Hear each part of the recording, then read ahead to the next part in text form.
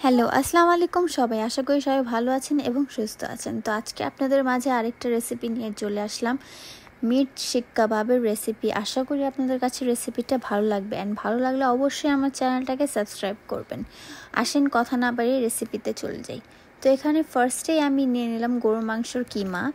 তারপর এখানে কুচি করে কিছু কাঁচামরিচ নিয়ে নিয়েছি 4-5টার মতো, সিডলেস, অ্যান্ড ধনিয়া পাতা কুচি অ্যান্ড পেঁয়াজ কুচি নিয়ে নিলাম। তারপর এখানে আমি অ্যাড করছি 2 টেবিল স্পুনের মতো লেমন জুস। তারপর এখানে আমি অ্যাড করছি পরিমাণ মতো লবণ।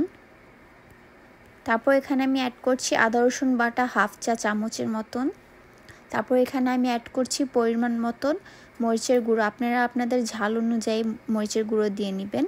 তারপর এখানে আমি অ্যাড করছি গরম মশলার গুঁড়ো 1/2 টেবিল স্পুনের মতো। তারপর এখানে আমি অ্যাড করছি কাবাবের মশলা 1.5 টেবিল স্পুনের মতন। তারপর এগুলাকে আমি খুব ভালোভাবে হাত দিয়ে মিক্স করে নিব। মিক্স করা হয়ে গেলে এখানে আমি একটা স্টিক নিয়ে নিয়েছি, অ্যান্ড স্টিকটা নিয়ে আমি এটাকে শিক কাবাবের শেপে দিয়ে নিব।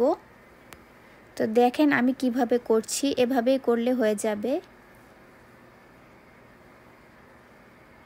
তো এই দেখেন আমি শিক কাবাবের শেপটা দিয়ে নিয়েছি। তো এভাবেই করে আমি সবগুলো কাবাব রেডি করে নিব।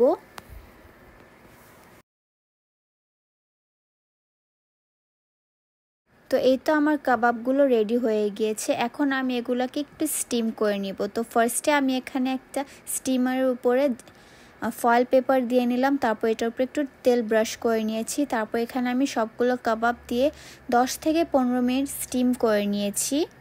তো এই তো আমার স্টিম হয়ে গিয়েছে। তো তারপর আমি একটা প্যানে পরিমাণ মতো তেল দিয়ে নিলাম, অ্যান্ড কাবাবগুলোকে আমি গোল্ডেন ফ্রাই হওয়া পর্যন্ত ভেজে নিব।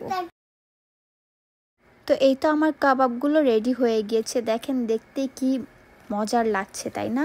তো আশা করি আপনাদের কাছে রেসিপিটা ভালো লেগেছে, অ্যান্ড অবশ্যই আপনারাও ট্রাই করবেন, অ্যান্ড আমাকে অবশ্যই কমেন্ট করে জানাবেন আপনাদের কাছে রেসিপিটা কেমন লেগেছে।